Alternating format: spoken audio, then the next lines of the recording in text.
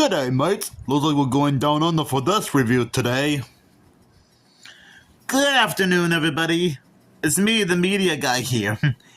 And if my Australian voice didn't give it away, today I'm here to share my thoughts on the sequel to the first Rescuers movie called, well, Rescuers Down Under.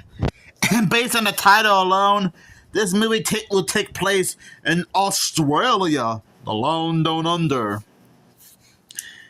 Now, just in case you guys are not familiar with this movie, don't worry, there's always a description on the back of each VHS tape and DVD. Tradition and innovation all on the same bill. Hold on tight for a thrilling, fast-paced adventure unlike any other with Rescuers Down Under. The world's bravest mice, Bernard and Miss Bianca, answer a call for help from deep in the heart of Australia's vast and unpredictable outback. With a crazy crew of local critters, these top mouse agents rush to the aid of Cody, a young boy struggling to save a magnificent Australian eagle from a ruthless poacher. And it's referring to this guy, who I swear you don't want to mess with in a dark alley. I swear you don't want to mess with him in a dark alleyway. But anyways, with restless natives and unexpected danger popping up at every turn, who knows if they'll come to the rescue in time.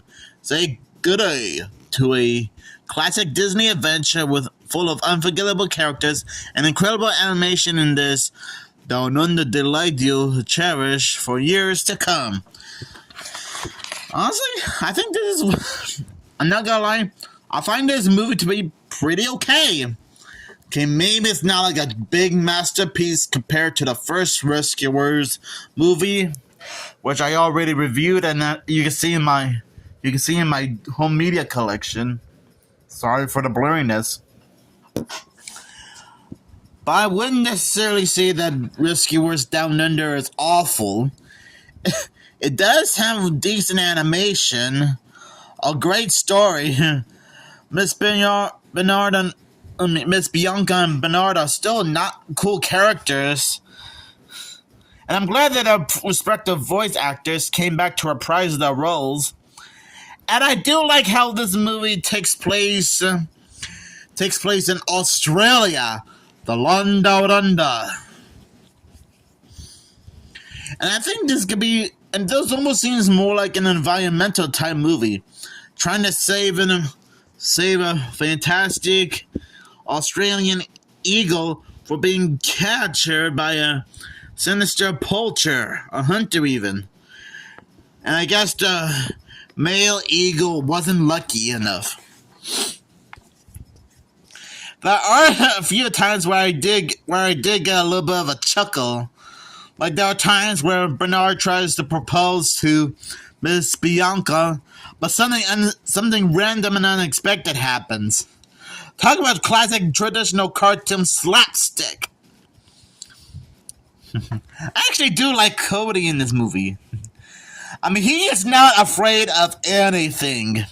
He's like the type of kid you would like to hang out with, either as a friend or relative. And you can truly understand that he's concerned about his bird friend, the female eagle, trying to look after her young ones who haven't hatched yet in the movie. And this film, I'm glad this film didn't retcon anything. We actually do get to meet Wilbur, who is the brother of the eagle. Who is the brother of the bird from the first movie? I forgot what the bird in the first movie's name was. Ozzy or something. Oh yeah. Somehow Wilbur does get a few chuckles here and there. And I gotta admit, this lizard is quite menacing. Yeah, he is the pet to this guy. And some of you might not know this, but he's actually voiced by the legendary Frank Welker, who isn't a stranger to animation in general. Because you might know him as the voice of Fred Jones and Scooby-Doo, as well as Dynamite, Jabberjaw, Chopper from Wheelie and the Chopper Bunch. He also worked on The Real Ghostbusters and Transformers cartoon show.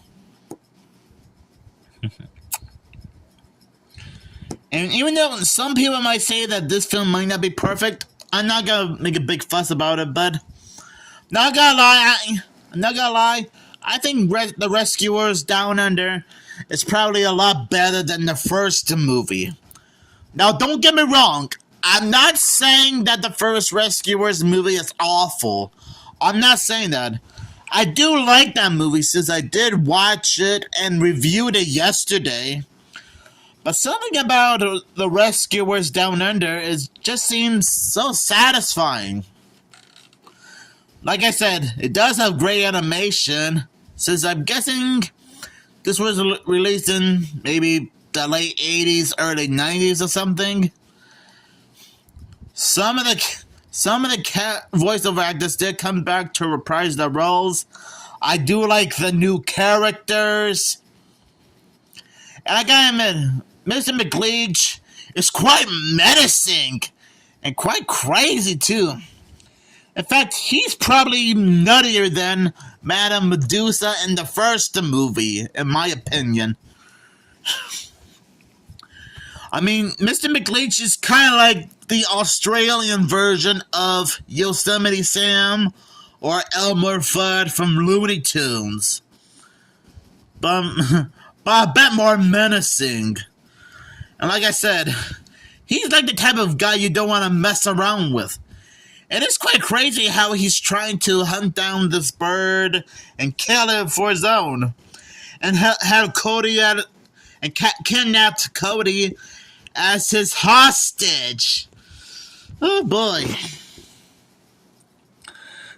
Another thing I like about this movie is during the ending, well, where Bernard convinced Wilbur to stay by the eggs while he tries to help Miss Bianca, their new friend rescue Cody and the bird. And I guess Bernard seems to forget about Wilbur, who was still in the eagle's nest watching the eggs, and I guess they did hatch from the eggs. And I guess one of them bit Wilbur's hand off a little bit. Okay, maybe not completely off, but you know what I mean. I almost feel bad for poor Wilbur, since I'm guessing Bernard must have forgot all about him. Oh boy. And I do really like the Australian scenery.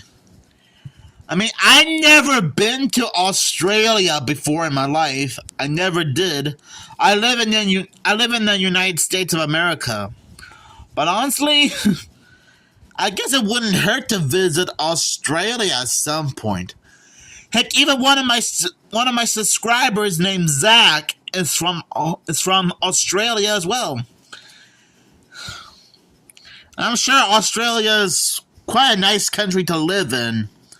In fact, I'm pretty sure The Rescuers Down Under is a great movie, not just for everyone in other parts of the world, but it's also a nice symbol for someone who lives in Australia, which that's totally understandable. Now, I am familiar with some of the. I do know that Sydney is a famous landmark in Australia. Yeah, funny enough, this isn't the first time I covered a movie that took place in Australia. Some of you might remember that I rewatched Scooby-Doo Legend of the Vampire and reviewed it, as you can see there in my WB Media collection. A DVD and VHS release of the movie.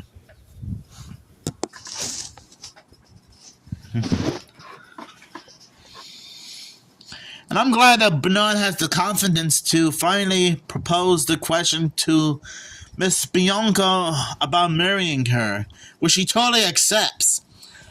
I guess he slowly started to develop a bit of a crush on Bianca, Miss Bianca.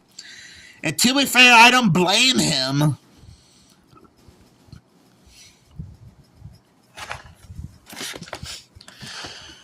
And you know, I honestly think The Rescuers Down Under is a fantastic movie for everyone to enjoy. And if you guys haven't seen this movie yet, go right ahead. I'm sure you can find clips of this movie on YouTube, or at least somebody reviewing it. But if you're more interested, I'm sure you can find a VHS and DVD copy of this movie at a local thrift store, antique store, Walmart, Target, or order it from Amazon. For me, I had this VHS release of The Rescuers Down Under for a long time. In fact, I can't even remember if I got this at a thrift store or not. Okay, to be fair, I have some... Okay, to be fair, I probably do have, like, a lot of VHS tapes and DVDs. And sometimes I would have trouble remembering if I had them for a long time or just got them from different stores. So overall, The Rescuers Down Under is great. Great animation, great characters, a nice story to follow. And it's nice seeing Miss Bianca, Bernard, and their new friend try to help Cody out. And I still like Wilbur. And I'm guessing he's an seagull, I guess. So I'll give this movie 5 Australia countries out of 5. Because that's how great this movie is. See you later, mate.